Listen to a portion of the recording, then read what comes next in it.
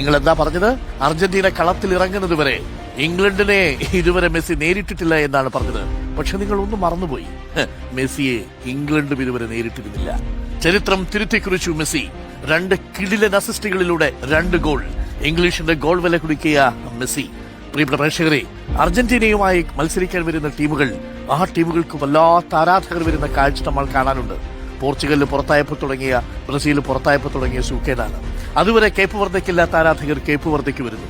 അർജന്റീനയുമായി ഏത് team എതിരിട്ടാലും ബ്രസീലിന്റെയും പോർച്ചുഗലിന്റെയും fans അവർക്ക് പിന്നാലെ അണിനിരക്കുന്ന കാഴ്ച കണ്ടു. ഇന്നലെ എല്ലാവരും ഇംഗ്ലണ്ടിനൊപ്പമായിരുന്നു. ഇന്നലെ പറഞ്ഞൊരു വാചകം ഇപ്പോഴും ചെവിയിൽ മുഴങ്ങുന്നുണ്ട് കേട്ടോ.